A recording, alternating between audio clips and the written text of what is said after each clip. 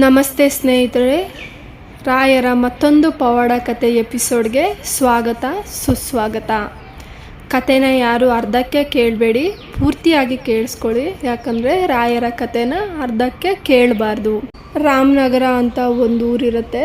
ಅಲ್ಲಿ ಇಬ್ಬರು ದಂಪತಿಗಳು ವಾಸಿಸ್ತಾ ಇರ್ತಾರೆ. ತುಂಬ ಬಡವರಾಗಿರ್ತಾರೆ. ಅವರಿಗೆ ತುಂಬ ವರ್ಷದಿಂದ ಮಕ್ಕಳೇ ಆಗ್ತಾ ಇರಲ್ಲ. ಹೀಗೆ ಒಂದು ದೇವಸ್ಥಾನದಿಂದ ಇನ್ನೊಂದು ದೇವಸ್ಥಾನಕ್ಕೆ ಹೋಗಿ ಹರಕೆ ಕಟ್ಟೋದು, ಹಾಗೆ ಒಂದು ಡಾಕ್ಟ್ರಿಂದ ಇನ್ನೊಂದು ಡಾಕ್ಟ್ರಿಗೆ ಅವರು ಅಲ್ದಾಡ್ತಾ ಇರ್ತಾರೆ. ಎಷ್ಟೇ ಅಲ್ದಾಡಿದ್ರೂ ಕೂಡ ಅವರಿಗೆ ಮಕ್ಕಳಾಗ್ತಾ ಇರಲ್ಲ. ಆವಾಗ ಅದೇ ಊರಿನಲ್ಲಿದ್ದ ಒಂದು ಹಿರೀಕರು ಹೇಳ್ತಾರೆ, ಹೀಗೆ ಆಂಧ್ರ ಪ್ರದೇಶದ ಹತ್ರ ಮಂತ್ರಾಲಯ ಅಂತ ಒಂದು ದೇವಸ್ಥಾನ ಇದೆ. ಅಲ್ಲಿನ ರಾಯರಿಗೆ ತುಂಬ ಪವಾಡ ಮತ್ತು ಶಕ್ತಿ ಇದೆ ಅಂತ ಕೇಳ್ಪಟ್ಟಿದ್ದೀನಿ. ನೀವು ಅಲ್ಲೊಂದು ಹೋಗಿ ವಿನಂತಿ ಮಾಡ್ಕೊಳ್ಳಿ, ಆ ರಾಯರಿಗೆ ಹೋಗಿ ನೀವು ಒಂದು ಮುಡುಪು ಮಾಡ್ಕೊಳ್ಳಿ ಅಂತ ಹೇಳಿ ಅವರು ಹೇಳ್ತಾರೆ.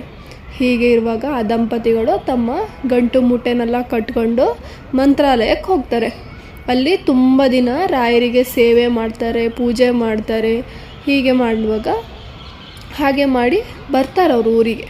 ಬಂದು ಸ್ವಲ್ಪ ದಿನಗಳಲ್ಲಿ ಅವರಿಗೆ ಒಂದು ಗಂಡು ಮಗು ಹುಟ್ಟುತ್ತೆ.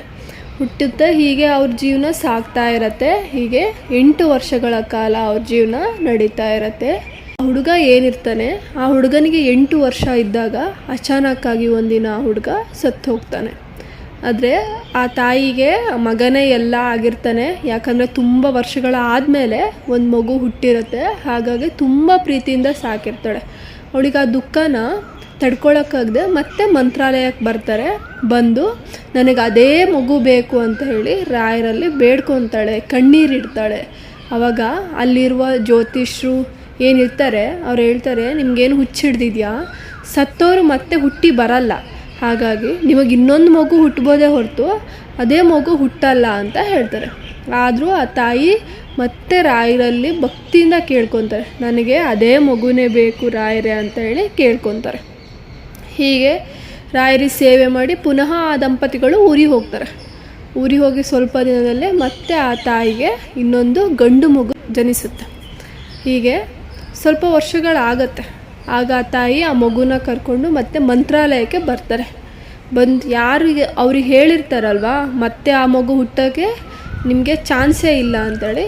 ಆವಾಗ ಅವ್ರನ್ನೆಲ್ಲ ಕರೆದು ಆ ತಾಯಿ ಹೇಳ್ತಾಳೆ, ಆ ಸತ್ತೋಗಿರೋ ಮಗು ಫೋಟೋನ ಮತ್ತು ಈ ಮಗುನ ತೋರಿಸಿ, ನನ್ನ ಸತ್ತೋಗಿರೋ ಮಗು ಕೂಡ ಇಲ್ಲಿ ಒಂದು ಮಚ್ಚೆ ಇರುತ್ತೆ, ಎಲ್ಲಿ ಕುತ್ತಿಗೆ ಭಾಗದಲ್ಲಿ ಮಚ್ಚೆ ಇರುತ್ತೆ, ಈ ಮಗುಗೂ ಕೂಡ ಅಲ್ಲೇ ಮಚ್ಚೆ ಇರುತ್ತೆ. ಹಾಗೆ ಹೋಲೋದಕ್ಕೂ ಒಂದೇ ಥರ ಇರ್ತಾರೆ. ಅವಳಿ ಜವಳಿ ಅಂತಾರಲ್ಲ, ಅದೇ ಥರ ಮಗು ಇರುತ್ತೆ. ಅವಾಗ ಹೇಳ್ತಾರೆ, ನಾನು ರಾಯರ ಮೇಲೆ ಇಟ್ಟಿದ್ದ ನಂಬಿಕೆ ಯಾವತ್ತೂ ಸುಳ್ಳಾಗಲಿಲ್ಲ, ನನಗೆ ರಾಯರು ಅದೇ ಮಗುನೇ ಕರುಣಿಸಿದ್ದಾರೆ ಅಂತ ಹೇಳ್ತಾರೆ. ಅಲ್ಲಿ ಇರೋರಿಗೆಲ್ಲರಿಗೂ ಆಶ್ಚರ್ಯ ಆಗುತ್ತೆ. ಅದಕ್ಕೆ ಹೇಳೋದು, ರಾಯರ ಮೇಲೆ ಭಕ್ತಿ ಇಟ್ಟು ನಂಬಿದರೆ ಆ ನಂಬಿಕೆಗೆ ರಾಯರು ಯಾವತ್ತೂ ಮೋಸ ಮಾಡಲ್ಲ. ನಾವು ನಂಬಿದಕ್ಕಿಂತ ಜಾಸ್ತಿಯಾಗಿ ರಾಯರು ನಮಗೆ ಅನುಗ್ರಹ ಕೊಡ್ತಾರೆ ಹೊರತು ನಮ್ಗೆ ಯಾವತ್ತೂ ರಾಯರು ಮೋಸ ಮಾಡಲ್ಲ. ಹಾಗೆ ನಿಮ್ಮ ಜೀವನದಲ್ಲೂ ಕೂಡ ಯಾವುದಾದ್ರೂ ಕಷ್ಟಗಳನ್ನು ಅನುಭವಿಸ್ತಿದ್ರೆ ರಾಯರ ಬಳಿ ಹೋಗಿ ಮನವಿ ಮಾಡ್ಕೊಳ್ಳಿ. ಮನಸ್ಸಿನ ತುಂಬ ಭಕ್ತಿ ಮತ್ತು ಶ್ರದ್ಧೆಯಿಂದ ರಾಯರಲ್ಲಿ ಬೇಡ್ಕೊಳ್ಳಿ, ನಿಮಗೆ ಖಂಡಿತ ಒಳ್ಳೆಯದಾಗುತ್ತೆ.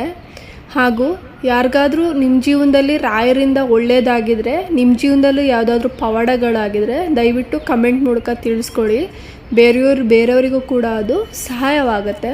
ಹಾಗೆ ಈ ಒಂದು ವಿಡಿಯೋ ನಿಮ್ಗೆ ಇಷ್ಟ ಆಗಿದೆ, ಲೈಕ್, ಶೇರ್ ಹಾಗೂ ಸಬ್ಸ್ಕ್ರೈಬ್ ಮಾಡಿ. ಮುಂದಿನ ಕತೆ ಎಪಿಸೋಡಲ್ಲಿ ಸಿಗೋಣ.